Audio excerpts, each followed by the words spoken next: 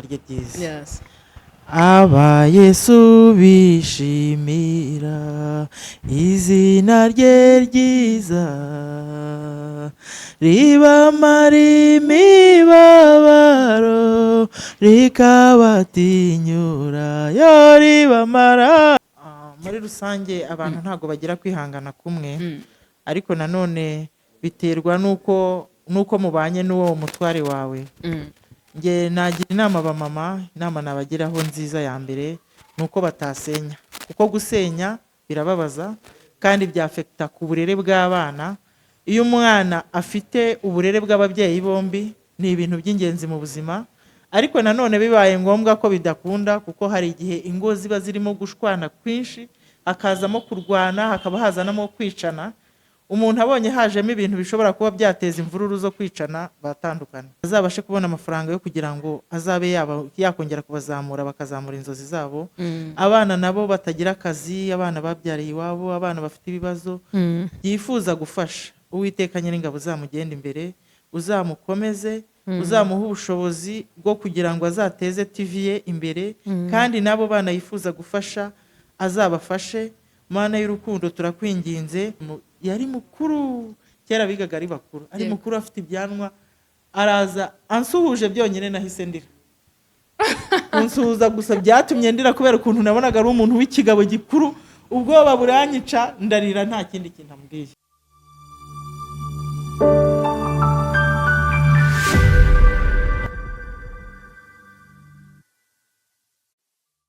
Amahoro y'Imana bakunzi ba Sherina TV, murasuzwa na Sherina kamikazi w'Abanyarwanda. Nizere ko mumeze neza rero, abadukurikiye muri hirya no hino hatandukanye, impande n'impande z'igihugu n'ukuri mwese nabasuhuje. Abakunzi ba Sherina TV, uburyo mudukundamo tubona muri comment kandi n'ukuri biratunyura, bikadutera courage gukora umunsi ku wundi. Niyo mpamvu natwe tutajya duhagarara kugira ngo tubahe ibintu bimeze neza. Hanyuma rero ku bufatanye na Nopa Company Limited bafite jean nziza cyane. Iyi ni Inac Jean ndetse na Service Jean, ziraboneka mu Rwanda hose hirya no hino, impande n'impande z'igihugu, kugira ngo babafashe gushira inyota. Ndetse ino jean na hangover igira ubwo ku bantu mvuga hangover bahita babyumva. Muri studio za Sherina TV rero ndi kumwe n'umudamu mwiza cyane, umudamu witeje imbere mu buryo tubibuze kubabwira. Tugiye kuganira ku nsanganyamatsiko igira iti ese koko amafaranga y'umushahara atandukaniye hehe n'amafaranga yo muri business? Ese wakubwiye ngo ukore business, ni wakubwiye ngo ukorere umuntu runaka, wahitamo iki? Nibyo tugiye kuganiraho. Mama umeze neza? Meze neza. Mwaka mushya twese hamwe. Valentine nziza twese. Amen amen. Amen amen. Mami umeze neza? Meze neza, ndashima Imana. Mbo zari inzozi zanjye kukwakira kuri studio za Sherina TV, kubera ko mpamya nashidikanya ko ari abakobwa badukurikira kandi baba bagomba kumenya ese Mama Bijou ni muntu ki, bafite ibyo bakwigiraho, ufite ugiye kubabwira kugira ngo bakwigireho like n'ibindi byinshi bitandukanye. Uyu munsi rero abakunzi ba Sherina TV bamenye ko turi nande, amazina mvuze Mama Bijou kubera ko rigeze natuziranye actually, sibyo? Ariko none ndagira ngo wibwira abakunzi ba Sherina TV kugira ngo tuze kuganira bakuza actually. Amazina yanjye bwite nitwa Ingabire Ange Sandrine. Introduce yourself usoze, sibyo? Okay, ndubatse, mfite umugabo n'abana. Abantuye hano i Musanze. Yes, ukaba wikorera. Nkaba nikorera. Ukaba wariteje imbere? Yes. Okay, ndaza gukoresha Mama Bijou rero, ngira ngo ni naryo zina abantu benshi bakuze, right? Yego, niyo mpamvu ngiye kurikoresha. So Mama Bijou rero tugiye kuganira tuvuga tuti se kwikorera no gukorera abandi ni ibintu ushobora kugereranya ute, ni ibintu ushobora kuvuga ute? Ese Mama Bijou aba yumva amafaranga y'umushahara cyangwa se amafaranga ari kuva muri business ari cyo kintu cyihuse mu buryo kugira ngo ukore utere imbere bigende neza? Uyu munsi none hari abana b'abakobwa badukurikiye mu gisata cya Ladies Power. Nkunda kubona cyane abana b'abakobwa abamama aribo bagikurikira cyane, ariko n'abagabo bitavuze ko nabo dushaka kubungura inama mu buryo bumwe ndetse n'ubundi. Ndagira ngo rero usubize abagabo, abagore, abakobwa, abana bakurikiye kino kiganiro cya Ladies Power. Ku bijyanye no kwikorera cyangwa se gukorera umushahara, ntago waba ukirangiza kwiga ngo uhite ubasha kubona igishoro cyo kugira ngo wikorere. Nanjye natangiye nkorera abandi, ndakora ajya savinga kuko nari mfite papa si yo kuzikorera. Noneho nakoraga muri farumasi, yego akora imyaka myinshi ngenda sevinga kugira ngo nzabashe kwikorera kuko niyo gahunda nari mfite. Byarangiye rero mbashije kwikorera nshinga mini alimentation, niyo nkoreramo ubu ngubu. Yes, wow, urakoze cyane. Uti narasevinze, ariko nanone nagombaga kubanza gukorera abandi kugira ngo mbone cya gishoro kimfasha mu mikorere yanjye, mu kubona igishoro kugira ngo nshobore kubona nakora iyo business ya alimentation cyangwa se n'izindi business ufite.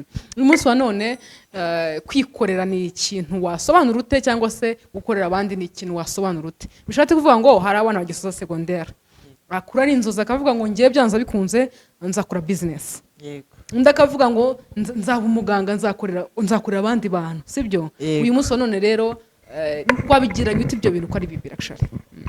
Okay, uko byagenda kose ntago waba ukirangiza kwiga ngo uhite ubasha kubona amafaranga yo kujya muri business. Urabanza ugashaka akazi, wamara gushaka akazi ukaba urimo gutekereza kubera ko uba ufite igitekerezo cyo kuzikorera, ugashaka akazi, wamara gushaka akazi ugakora, ukazajya ugenda usevinga buhoro Yego. ugenda ubika amafaranga uyabika kugeza igihe wumva ugeze ku gishoro wumva watangiza ibyo ushaka gukora. Yego. Ushobora kuba ufite gahunda nyinshi zo gukora ibintu runaka, abantu bose ntago bagira igitekerezo cyo gukora ibintu bimwe.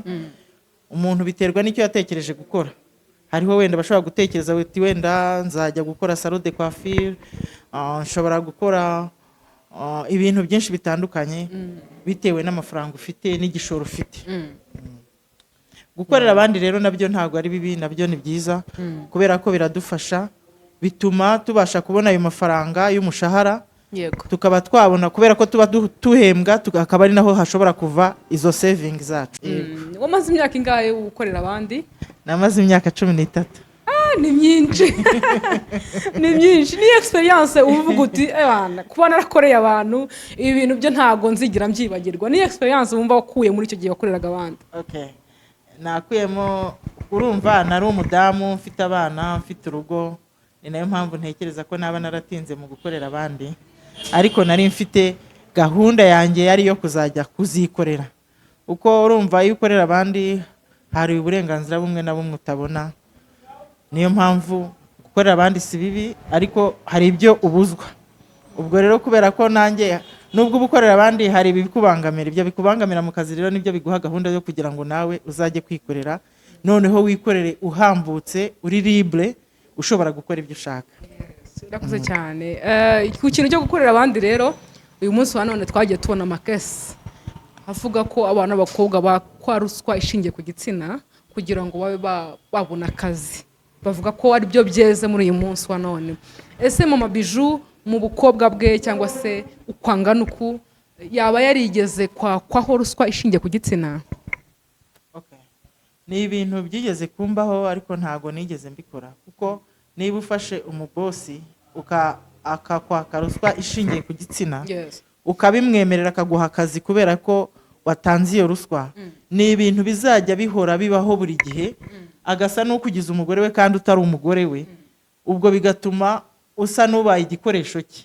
Abana b'abakobwa rero inama nabagira, muba mufite ubumenyi bwanyu butabemerera kuba mwatanga ruswa ishingiye ku gitsina kugira ngo mubanze mubone akazi.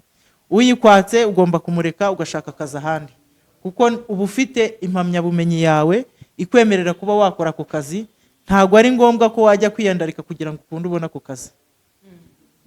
Urakoze cyane, ngira ngo message abo tubwira bari kubyumva, abana b'abakobwa bari hanze bari kubyumva, abadamu muri kubyumva, ngo ibintu byinjiye vuba binasohoka vuba. Ako kazi wabonye mu manyanga nkayo, ako kazi wabonye mu buryo bukoroheye, anytime wanakaruzinga mu buryo bukoroheye. Ariko niba wimanye ruswa ishingiye ku gitsina ukazabona akazi bitewe n'impamyabumenyi ufite, byanze bikunze iyo respect uzayihabwa, uzayigumana kandi akazi uzagakora wishimye. Ndumva ariyo nama tw'abana b'abakobwa. Hanyuma rero Mama Bijou uyu munsi wa none dufite abana b'abakobwa nanone bafite ibibazo by'akazi, bakavuga bati njyewe narize ariko nabuze akazi. Sometimes muri iyi minsi ngira ngo uranabizi ko kugira ngo ubone akazi muri iyi minsi biragoye pe, biragoye cyane cyane no ku muntu usoje secondaire gusa nta kaminuza afite, biragoye pe, biragoye. Uyu munsi wa none rero tujya noneho mu buryo bwo kwikorera. Ufite fondasiyo ufite ubu ngubu nk'umuntu wikorera cyangwa se wanakoreye abandi, ufite ukuntu uvuga uti wenda iyo nza kuba ntafite ino mpamyabushobozi ngo njye mu kuba umuganga cyangwa se gukora kwa muganga no muri farumasi n'ibindi, nari gukora iki kintu, nari gutangira aka kantu gato kandi kambyarira umusaruro. Ndagira ngo iryo banga wenda ufite cyangwa se icyo kintu utabashije gushyira mu bikorwa tugihereza abakunzi ba Ishirina TV. Umugabo yabigiramo chance, umusore yabigiramo chance, umugore nuko n'abapfakazi n'ababana babyariye mu rugo badafite uburyo. Ndagira ngo noneho iyo business wita ko ari nto ariko nanone ushaka gukora ku bana b'abakobwa babuze akazi, yaba bize yaba batarize, ako kantu wumva wabasangiza nakaye kugira ngo biteze imbere nabo ubwabo. Nko ku rubyiruko rw'abana b'abakobwa bakirangiza kwiga, bose ntabwo ariko bazabona ku kazi twita ko ari akazi gahambaye. Ushobora guhera mu kazi ko hasi ugatangira ujya mu masaro, ugasaba nyiri saro ukamusaba kugira ngo uzajye woza mu mutwe kubera ko nta bushobozi bundi bufite, wenda ukoza mu mutwe ugatangira ukajya ubakorera isuku. Hanyuma uko ukora muri iyo saro ukazajya ugenda wiga gusuka, gusiga inzara, buhoro buhoro uko ugenda umenyera bagenda bakumenyera, nawe ugenda umenyera akazi bakazaguha akazi, hanyuma nawe ukazabona uko witeza imbere.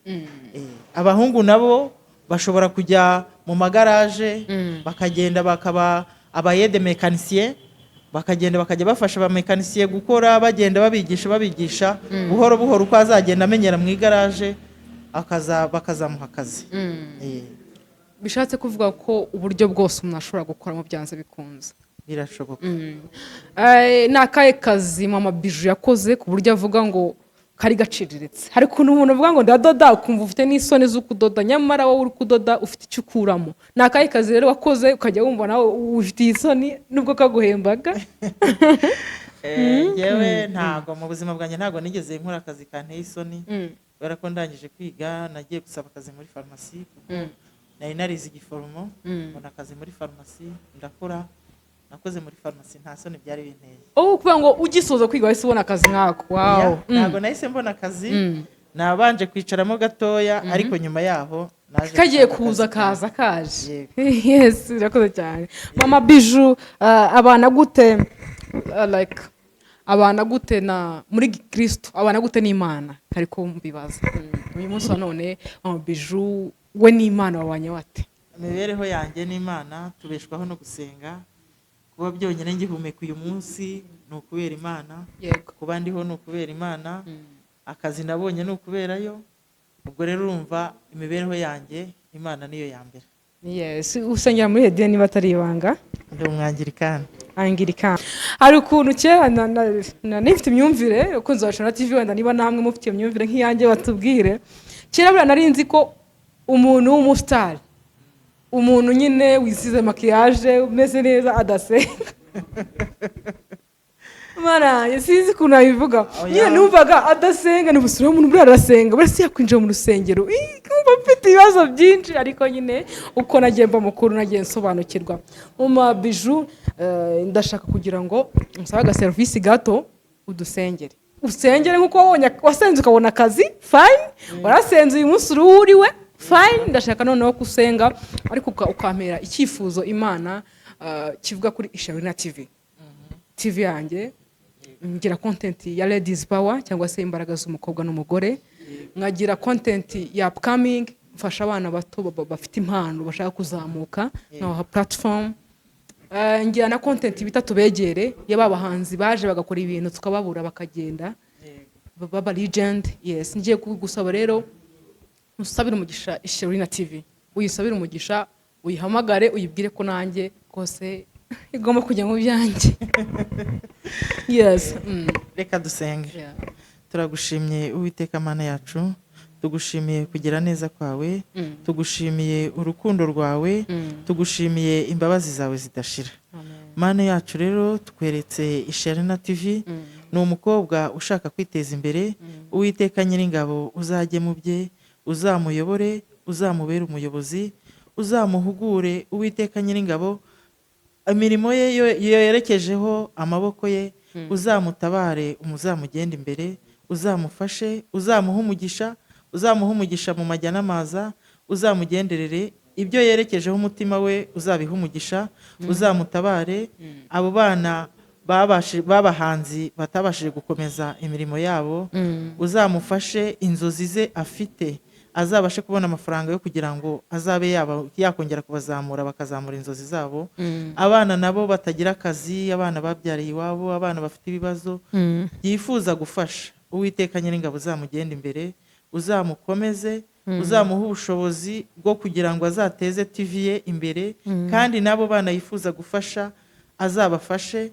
Mana y'urukundo turakwinginze ngo uzagendane nawe.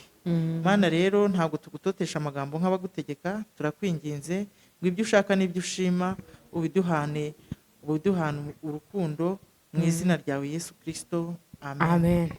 Amen. Iri sengesho ni ryiza, Imana iryumve. Amen. Yes, n'abakunzi bacu twabasabiye rero namwe murimo kubyigezaho, bisaba inshuti za nyazo, inshuti zitaryarya, inshuti zihoraho, inshuti zitarambirwa, inshuti zidukunda, zikadukundira uko turi, zigakunda ibiganiro byacu, za nshuti zitadushima mu makosa, zivuga ziti hariya wari wambaye ubusa, ejo uzisubireho. Za zindi zivuga ngo hariya rero iri jambo wakoresheje ntago ari ryo, ntabwo bavuga gutura hasi, bavuga gukora iki kintu, sibyo? Ntabwo bavuga kwambara ubusa, bavuga kwambara ntuwikwize. Ibintu nk'ibyo, izo nshuti nk'izo ngizo rero, inshuti z'akadasohoka, inshuti zihoraho, nizo iryo sengesho kugira ngo rigerweho nazo zaba zabigizemo uruhare. Nyagasani Imana yabidufashijemo. Urakoze cyane. Hanyuma Mama Bijou, wenda dukomeze twiganirire. Uyu munsi none ufite umuryango, ufite famiye, umugabo, abana bose.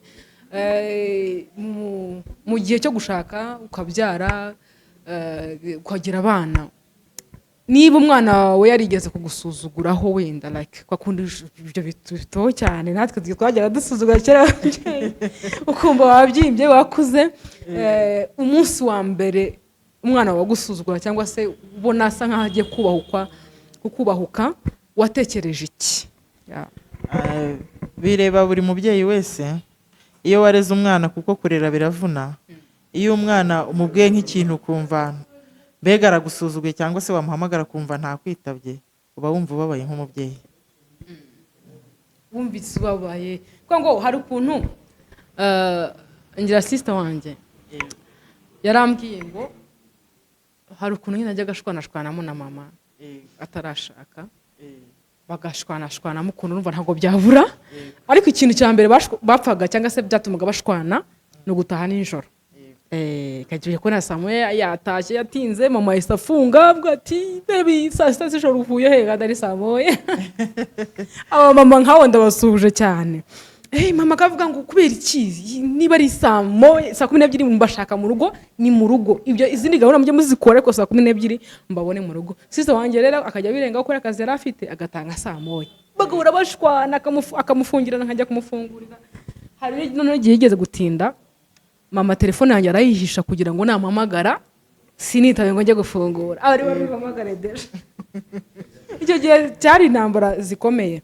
Noneho rero sister amaze gushaka, urumva abamaze kuba inkumi, ego akajya asuzuga mama, ambwa ati gutya mama ari kuguta bibona, kuguta byumva n'iki n'ubukumi. Noneho amaze gushaka, amaze kubyara imfura ye, ndibuka yarambwiye ngo mama wanjye ndamukunda. Yarambwiye ati ndicuza kuba narabwiye nabi mama wanjye, sinzongera kumubwira nabi, ndamukunda, noneho urukundo namukundaga rugiye kwikuba. Urumva rero ni ikintu cyatumye sister wanjye nyine ko yarabyaye yubaha nyine like umubyeyi we. Ndibaza rero icyo kintu cyo kuba umwana ashaka gusuzugura umubyeyi we ntabwo bishobora gutuma nanone nawe usubiriza amaso inyuma ukavuga ati mama wanjye niba bimbabaje bigeze ngaho, mama wanjye we narigeze kumusuzugura like muri iyo sense. Ku bana bibaho cyane, ntabwo ushobora kuvuga ngo abana 100% bazubaha ababyeyi.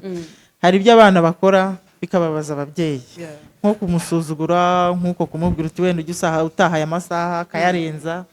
Nawe hari igihe aba afite izindi mpamvu, nk'umwana wenda aganira na bagenzi be akabona baratinze, ariko nyine ku mubyeyi yageze mu rugo atinze, nta mubyeyi n'umwe wakwishimira ko umwana batahatinze.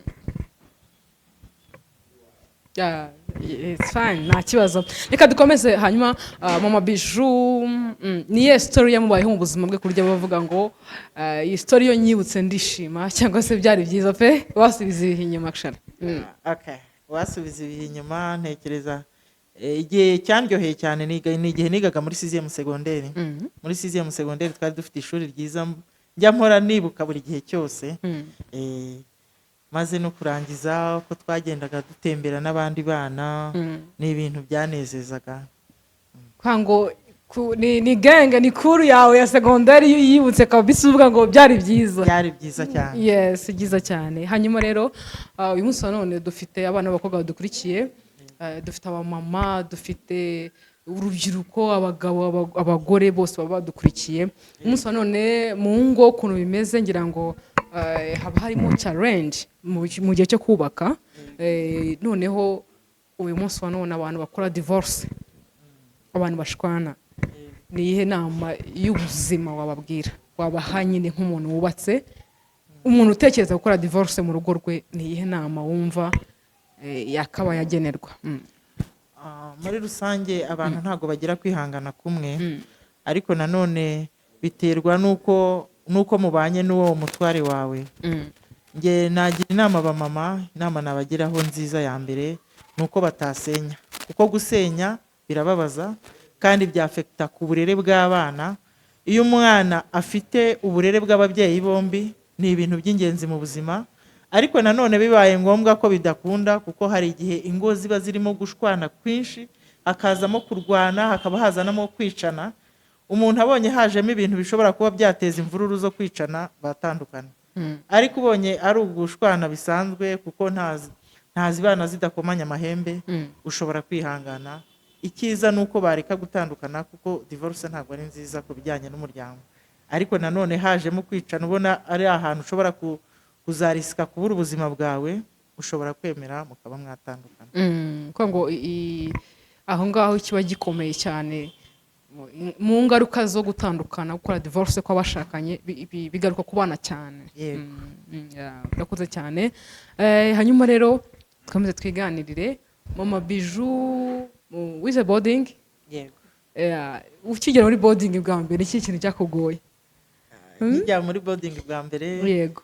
Ikintu cyangoye kuko urumva nabaga mu rugo mbana n'abandi bana, kuko tuvugana turi abana benshi. Ariko ngezeyo nagize ubwoba kuko nari ngeze ahantu ntarinzi. Hari harimo abantu bakuru cyane banduta, bakobwa b'inkumi. Igezeyo rero kubera ko ubikira umwana ugira ubwoba. Kajya bavuga ati nge sinakogera hanze n'impaka muri douche. Ngewe reka ariko byo kogera hanze wawe. Ubundi bwo umwana ugitangira kujya muri secondaire ntabwo ashobora kogera hanze. Ntibibaho? Kogera muri douche pe. Atangiye kogera hanze uri mu wakangahe? Mu wa 2 secondaire. Oh my God. Nani gari mu wa mbere saditamu basi. Wapi, yes. Mu wa mbere umwana ntabwo aba yakamenyereye ku buryo ashobora agatinyuka nabo bose, kuko ufite ubwoba ubona ari bakuru cyane. Ubwo rero uyu mwana ageze mu wa 2 ubu maze kumenyera ikigo, umaze kumenyera abo bose watinyaga ntubu kibatinya, ubu utangiye nawe kumva ko wabaye inkumi, nta kibazo kabisa no kogera hanze ukogana. Abantu mwagiye muri dushe mwiga mu wa mbere twabasuhuje. Twabasuhuje. Hanyuma rero ubwo Mama Bijou yakoraga muri service z'ubuzima, ni kihe kintu yabonye ku bana b'abakobwa cyane abona kishobora kuba giteye impungenge ku buryo ashobora gusaba abana b'abakobwa kugira ngo bisubireho? Ikintu giteye impungenge ku bana b'abakobwa muri iyi minsi harimo ibintu by'ukuntu abana b'abakobwa bagira abakope n'abakopine. Ugasanga nk'abana b'abakobwa, umukobwa avuye nk'iwabo abeshya ababyeyi, wenda kajya kumara nko ku muhungu ukwezi. Umva niba agiye kumara ku muhungu ukwezi amusanze muri ghetto, niho hahandi usanga havuyemo kumutera inda zitateganyijwe. Ugasanga ni ibibazo bateje ababyeyi. Kuri kote y'abakobwa wasanzemo ibibazo birimo cyane ni bo bakopi n'amakopine, cyangwa se ubwo harimo kopinage? Ntabwo ari mbi, ahubwo ikibazo ni ukujya kumusura mu mageto, ukajya kumarayo icyo gihe, kamarayo igihe muryamana, nibyo bizana ibyo bibazo byo kugira ngo muterwe inda zitateganijwe. None se ko abasore mu Rwanda bavuga ko nta sugi ikibaho? Oya, ntabwo twavuga ko neza neza nta suki zibaho, isugi ziracyariho nubwo ari nkeya. Ni ukubera ko abana b'abakobwa baratangiye gusambana bakiri batoya, bari mu masegonderi, meme no mu mapirimeri hari abatangira kubikora, ugasanga bavuga ko nta sugi zibaho, ariko amasugi arahari. Hariho abakobwa birinze batigeze bajya muri ibyo, kandi ugasanga rwose bameze neza, aracyari umukobwa muzima. Mama Bijou urakoze. Ese haba hari ikintu cyiza ku bana b'abakobwa cyangwa se abantu bagiye kurushinga, igihe umugabo wawe asanze uri isugi, hari ikintu cyiza gishobora kwiyongeraho mu mibereho y'urugo rwanyu, cyangwa se n'ubundi aba ari ibintu bisanzwe? Okay, biterwa n'umuhungu ku wundi, kuko hari umuntu iyo asanze uri isugi bituma arushaho kukugirira icyizere kuba nta wundi mugabo waba warabonanye nawe, akavuga ati uyu ninjye wamwifunguriye, uyu ni uwanjye, akaba agufitiye icyizere ijana ku ijana ko uri uwe koko. Noneho igihe asanze utariyo? Igihe asanze utariyo biterwa n'urukundo umuntu agukunda, kubera ko kuba warabonanye n'umuhungu nawe ntabwo aba ari imanzi, ashobora kuba afite abandi bakobwa nawe babonanye. Ubundi icyizere kiri hagati yanyu nicyo gishobora gutuma mwubaka urugo rwiza, icyizere, urukundo, gufatanya. Kuri kote Mama Bijou ni ikihe kintu adashobora kubabarira umuntu, ikosa adashobora kumubabarira kubera ko yarikoze? Ntashobora kubabarira nde? Ashobora kuba ari umugabo, ashobora kuba ari undi muturanyi wawe, ashobora kuba ari nyine ikosa wowe uvuga uti uyu muntu rwose kubera ko yankoreye ibi ngibi nta mbabazi nshobora kumuha pe. Kuri kote y'umugabo wanjye ikosa ntamubabarira ni ukunkubita, kurwana. Umugabo urwana ntabwo icyo ntakimubabarira. Cheating, kuguca inyuma? Kunshi inyuma, ubundi baravuga ngo imfizi ntizimirwa. Ashobora kubikora, ikibi nuko yabikora mu kajagari, akaba ashobora kugenda akarongora umukozi, akarongora umuturanyi, akarongora iki. Ibyo urumva ni ibintu byo mu kajagari. Naho kuvuga ngo uzabona umugabo wawe wenyine utazaguca inyuma biragoye muri iyi minsi, kuko ashobora kubikora ntunabimenye, ariko wabimenye ushobora kugira uko witwara, mukabiganiraho, ukamenya impamvu yabimuteye, ukamuha imbabazi bitewe n'uko mubiganiriyeho. Cyangwa mu buzima bw'urukundo, mu buzima bw'abashakanye, cheating iyo ireze pe, ibaho cyane. Kandi ubwo nkuko mbyumvise ku badamu noneho bashobora kuba bafite ibyo bibazo mu ngo, baha ubutumwa, baha inama nk'umuntu wubatse ku kijyanye na cheating. Cheating iri gusenya ingo cyane, even n'aba boyfriend n'aba girlfriend bakiri muri dating nabo birabateranya pe, n'ubukwe bugiye kuba bugahagarara. Nagira ngo noneho rero ugira inama abadamu, abakobwa bashobora gusenya ingo cyangwa se guhagarika n'ubwo bukwe bitewe n'uko umugabo we yamucitinze. Ku bana b'abakobwa, nanjye ndamutse menye ko fiance wanjye yanciye inyuma nkabimenya tutarabana, kuko n'ubundi ubwo umuhungu buri kuguca inyuma mutarabana, abaye umugabo ntabwo yazabireka. Nareba nkareba ko nshobora kubyihanganira ku buryo numva ko no mu bugore bwanjye nazabyihanganira, nabona ko ntashobora kuzabyihanganira, tugatandukana tutarabana. Yego. Ariko bitandukanye nanone n'iyo umuntu ari umugore n'umugabo. Iyo umuntu ari umugore n'umugabo, gucana inyuma birababaza, ni nacyo kintu kibabaza cyane kurenza, ariko ureba ku mpande nyinshi, ukavuga uti se ko dufite abana, nkanjye mfite abana bakuru, ukavuga uti niba se abana banjye ari bakuru, nintandukana na se kubera iki kintu, uburere ndabamuhaye ni ubuhe? Kuko nakubwiye kare kose ko umwana akenera uburere bw'ababyeyi bombi, akeneye se, akeneye nyina. Ntabwo rero kuba yaguciye inyuma aribyo byatuma utihangana, ngo kubera ko yaguciye inyuma bigatuma ujya kwandagaza abana. Urumva niba uri wenyine udafite uwo mufatana mu maboko, uri wenyine nyine uri wenyine, ariko iyo ufite undi mufatana mu maboko, kuguca inyuma ntabwo aricyo cyaha kiremereye cyane wumva yaba yakoze ku buryo wavuga wahita ufata decision yo kuvuga ngo muratandukanye. None se nyuma ibizaba nyuma y'ibyo ngibyo byo uzabyirengera gute? Ese abana bo nibakubaza, kuko mu ngo buriya hari ibintu byinshi duhishira, ukabihisha abana kugira ngo babashe kugira uburere bwiza kandi bazamuke. Abana bakubajije batese papa ni igiki gituma utabarira papa wenda ngo mwongere mu bane, ushobora kubura n'icyo wasubiza abana. Ubwo rero urihangana ukagira abana bawe inama, noneho mu gihe bageze mu gihe cy'ubukumi nabo cyo kurongorwa, ukazabona uko umugira inama, ukamubwira uti bimeze bitya uzitware gutya. Yanagira n'urugo rwe yazaza kukugisha inama, yahuye n'ibyo bibazo ukamubwira uti ihangane, natwe twarihanganye byagendaga gutya kandi ntabwo byatumye dusenya. niyo nama twahereza abadamu, niyo nama twahereza abana b'abakobwa. Bano bakobwa niba ubonye boyfriend wawe ari kuguca inyuma mukiri kudetingana, ubaye ubishoboye umutima wawe ubona, umureke kubera ko nyine wumvise ko iyo ngeso n'ubundi itazashira. Yes, nubu aricyo kintu twababwira. Hanyuma rero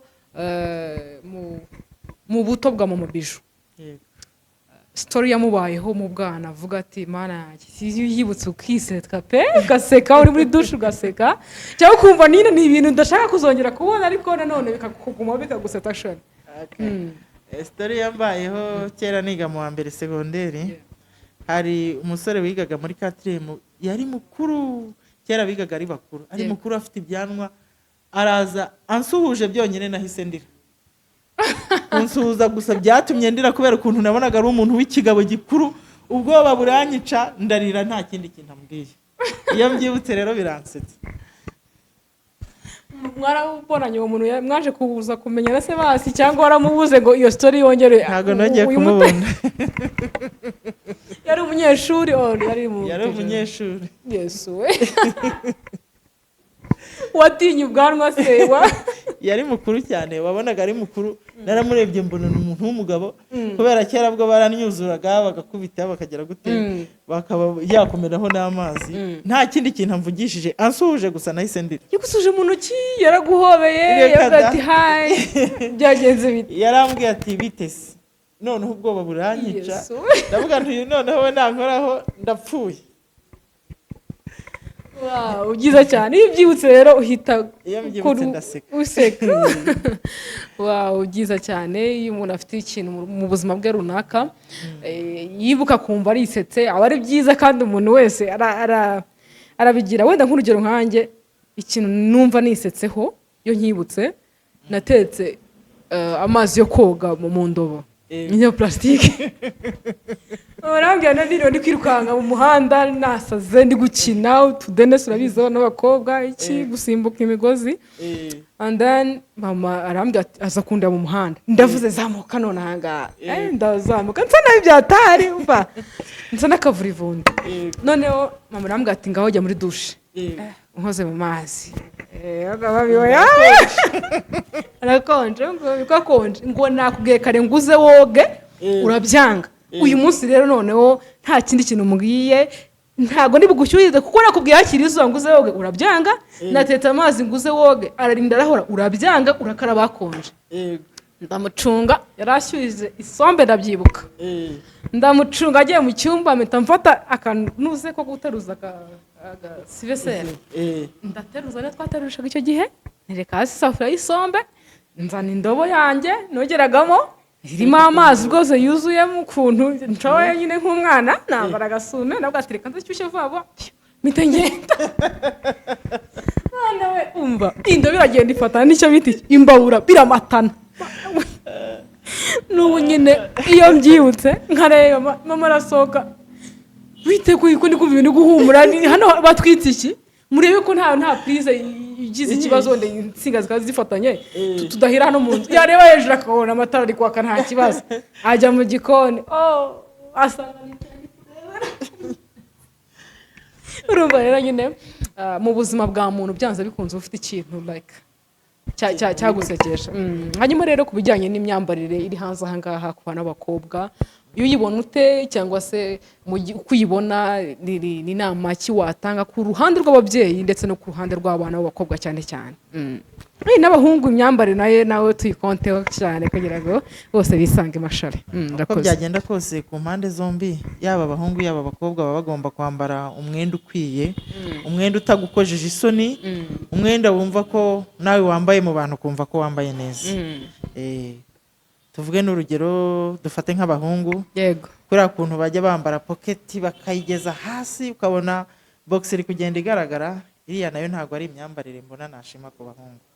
Agomba kwambara ukabona ko yikwije, akambara ipantaro neza, akambara umupira, akambara ikabutura, ukabona ko yambaye neza. Ku bakobwa nabo rero aba agomba kwambara umwenda abona utamukojeje isoni. Ushobora kwambara bijyanye n'imyaka yawe, kuko ntabwo uzaba wenda n'urugero uzaba uri umwana w'imyaka 17, 10 20, ugende wambara igikanzu cyakubita ihuku. Oya, ushobora kwambara ikanzu nziza igeze mu mavi irenzeho gato, n'ikanzu ndende nayo ntabwo ikubujije kuyambara, cyangwa se ukambara n'iyo pantaro n'iyo kabutura, ariko ukambara umwenda ubona utagukojeje isoni. ngira ngo wabyumvise kubera ko hari ijambo Perezida Paul Kagame, nyakubahwa Perezida Paul Kagame yavuzeho, avuga ko nyine uko ugaragara inyuma ari nako ubungana mu mutwe. Uko usa inyuma, smartness yawe y'inyuma niyo uba ufite no mu mutwe. Umunsi wa none rero niba wambaye agakanzu keza, wambaye udukweto twiza, umeze neza, uri kugenda, nukubona ahita avuga ngo uriya mwana w'umukobwa mu mutwe we ari good. Niba rero wambaye ukuntu ahantu hose uri bunyure bakavuga bati ego muhana y'u Rwanda, nonese bite uriya mukobwa.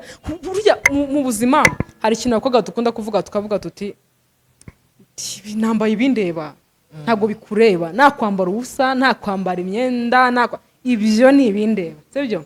Ariko burya umuntu yambara kugira ngo wanamurebe da, ntabwo aba yambaye kugira ngo we yirebe. Niyo mpamvu ujya gusohoka muri miruwari ukavuga ati we meze bon, ninasohoka abantu barambwira ngo wambaye neza cyangwa se iki whatever, sibyo? Ariko uzarebe iyo wambaye imyenda nawe nyine wavuye mu rugo ukavuga uti suka kajipo na akamini pe na akamini, sibyo? Usohoka mu rugo ubizi ko ari iki, ari akamini. Noneho rero iyo ugeze hanze cyangwa se mu muhanda uri kugenda, abantu baratangira bakagira bakakujyanira inzara, bakakureba, bakagushungera, ugateka ku manange wamubonye. Abamotari bagasifurana, amahona akavuzwa, ibivugirizo sinakubwira. Ntukarenganya abantu. Bariya abantu ujye ubaha amahoro yabo, ubihorere, kubera ko nawe ubwawe wasohotse mu rugo ubona ko nyine bikabije, reka bakurebe rero, kubera ko wambaye kugira ngo abantu bakurebe, ntabwo wambaye kugira ngo wirebe. Never. Uko wambaye reka tubirebe, tukubwiye ngo wambaye neza, de wambaye nabi. Niba wambaye neza turabishima, niba ari na nabi turagushungera tukurebe cyangwa se tugusomemo ibitakurimo. Uyu munsi wa none rero abakobwa twambare, usohoke mu nzu uri muri miruwari, wawe agatiro kariho, akarusha revure kariho, uturinete ni bon, usohoke wigendere. Nta kintu umuntu yagutwara, nta kintu umuntu yagutwara, uba wumva wemye, wumva wishimye. Ariko nyemera noneho ugende wambaye deshire, nawe ubizi ko umubiri wawe uri hanze. Bose bagomba kukureba nyine, kandi nushaka baranagutuka cyangwa se bagusuzugure. Uzarebe ku muntu, abakobwa barabizi cyane, iyo wambaye nyine utuntu tw'utumini, uzi ko respect uyibura ugisohoka. Ikintu cya mbere cyo wambaye mini ugiye gutega igare, wambaye mini ugiye gutega moto, wambaye mini ugiye gutega coaster cyangwa se taxi, sibyo? Cyangwa se no modoka zindi zifata abantu mu muhanda ni taxi nazo, sibyo? Iriya taxi ufata rero, wenda wakanambye ngo wambaye uko kuntu wumva ubishaka, uri no kwitwara. Uri modoka yawe uravira amazi ushaka ahantu, ariko se niba uri bujye ku igare ukambara umwenda wambaye agajipo kagakandagira ahangaha kagafata ahangaha, ibyo bintu twereke umunyonzi yirebere, si byose? Ntabwo usotora ubyemera gusotore, wivuga ngo mujye mureba ibareba, no, tureba ibyo watweretse nawe uba wamwihaye. Kandi respect twe tuyibura nyine kubera ko kwa kugushungera bavuga sura umukobwa asate ameze iki, wituma abantu bakugira topic. Uyu munsi wa none ngo hari ikuntu umuntu ashobora gukora icyaha ariko agakora icyaha ari wowe wabigizemo uruhare, sibyo?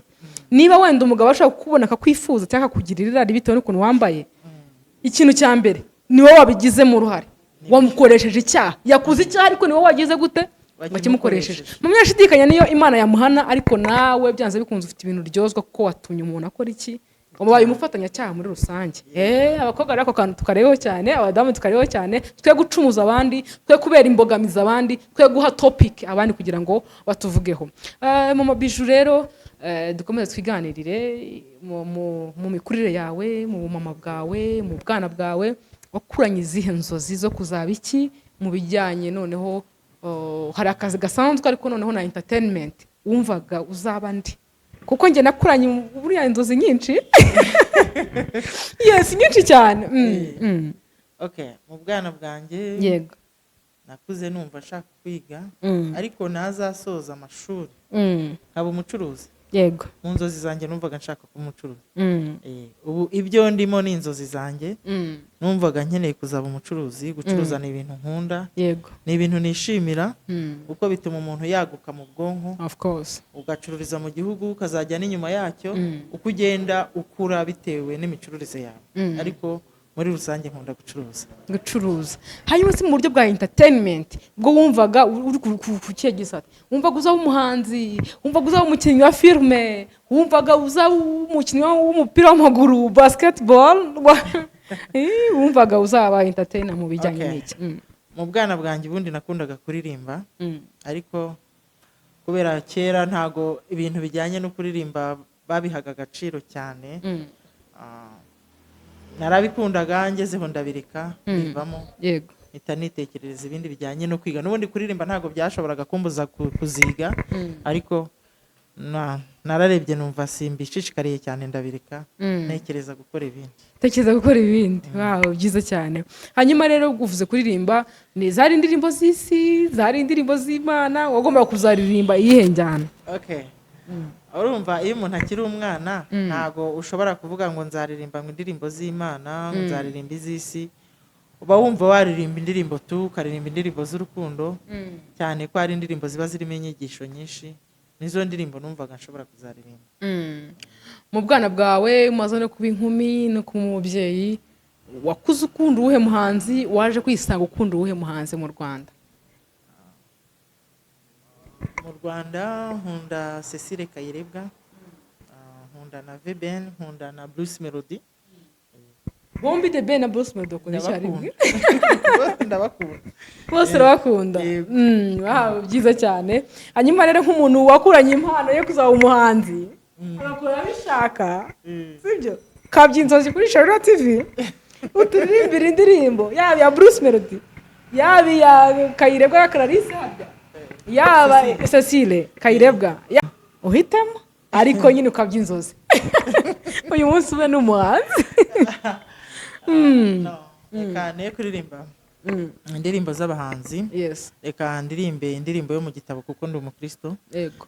Ndirimbe indirimbo ya 16 muzo gushimisha Imana. Ndaririmbaho igitero kimwe gusa. Yego. Iravuga ngo aba Yesu bishimira ngo izina rye ryiza. Yes. Aba Yesu bishimira izina rye ryiza, ribamara imibabaro rikabatinyura, yo ribamara imibabaro rikabatinyura,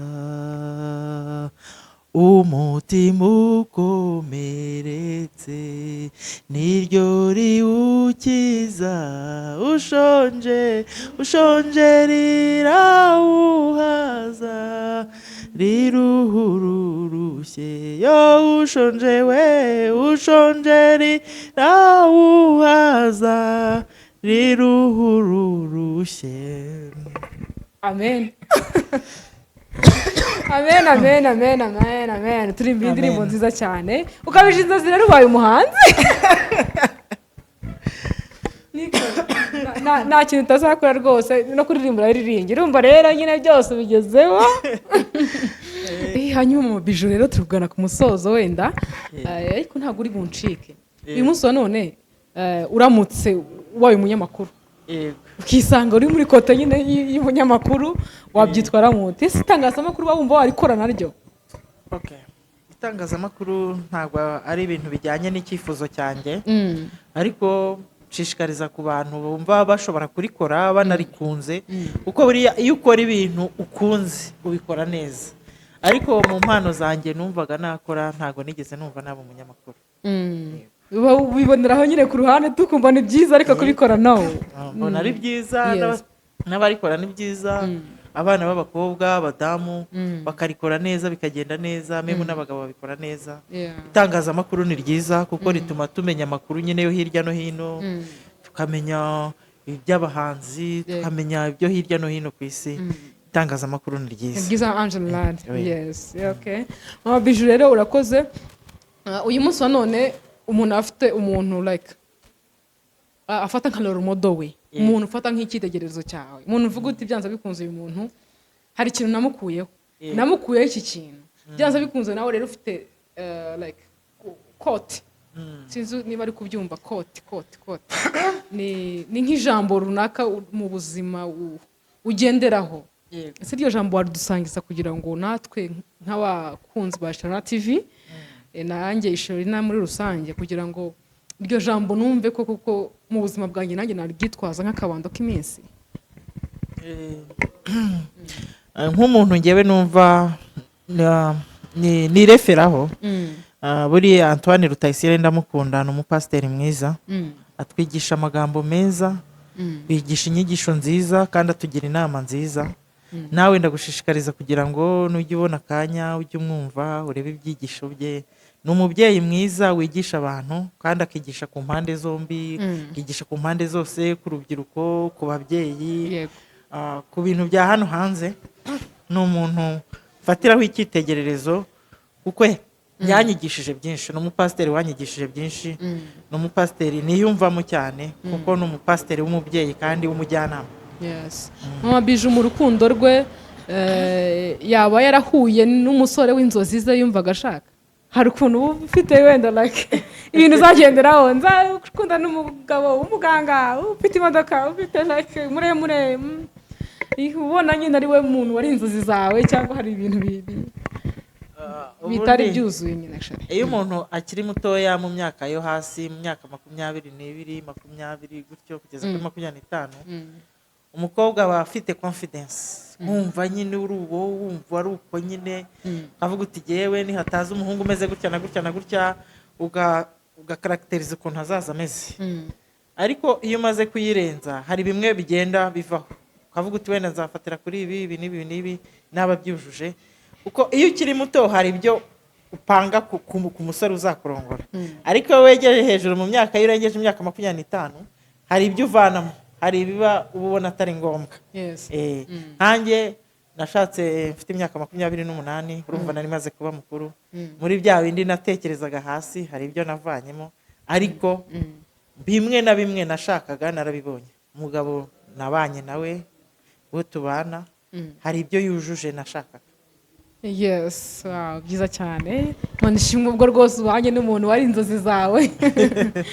Tunamusuhuza Papa Bijou. Hanyuma rero turugana ku musozo, suhuza abantu 5 wumva ushaka, wumva wishimiye, wumva ukunze, ahasigaye dusezera abakunzi ba Sharona TV. Mbere na mbere ndasuhuza umuryango wanjye, ndasuhuza umugabo wanjye n'abana, ndasuhuza abo tuvukana, abasaza banjye na barumuna banjye na mukuru wanjye, ndasuhuza abakunzi ba Sharona TV, ndasuhuza inshuti zanjye muri rusange, nawe ubwawe ndagusuhuje, kandi mbifurije umugisha w'Imana. Unyigiyeho iki? Uko twaganiriye, twahereye, urumva ari iki kintu unyigiyeho? Mwigiyeho kuba uri umwana witeje imbere kandi ukaba uri shapu, ukaba uzi kuganira, ukaba wabasha kuganira n'abantu abo ari bo bose, kandi ukaba ushaka kuzajya mu nzozi zawe. Njyewe ikintu nkwigiyeho ko umugabo uciye umugore we inyuma atagomba gusenya. Ni akantu keza ntumvaga mu mutwe wanjye, numvaga nyine ahubwo ikintu cyatuma umugabo wanjye dushwana burundu ari cheating, ariko nyine urumva ko hari ikindi kintu nkuyemo. Nawe mwandika muri comment Sharona mumwigiyeho iki, Mama Bijou mumwigiyeho iki, kugira ngo bigende neza. Bakunzi ba Sharona TV rero, reka nsezere Mama Bijou, muhaye ikaze kuri Sharona TV, ni kuri ni mu rugo anytime. Kandi abakunzi ba Sharona TV bazakunsaba, ndabizi 100% ko bazajya bakunsaba kugira ngo tuganire kenshi. Tuzasubira utaha rero, ciao wakoze kuza.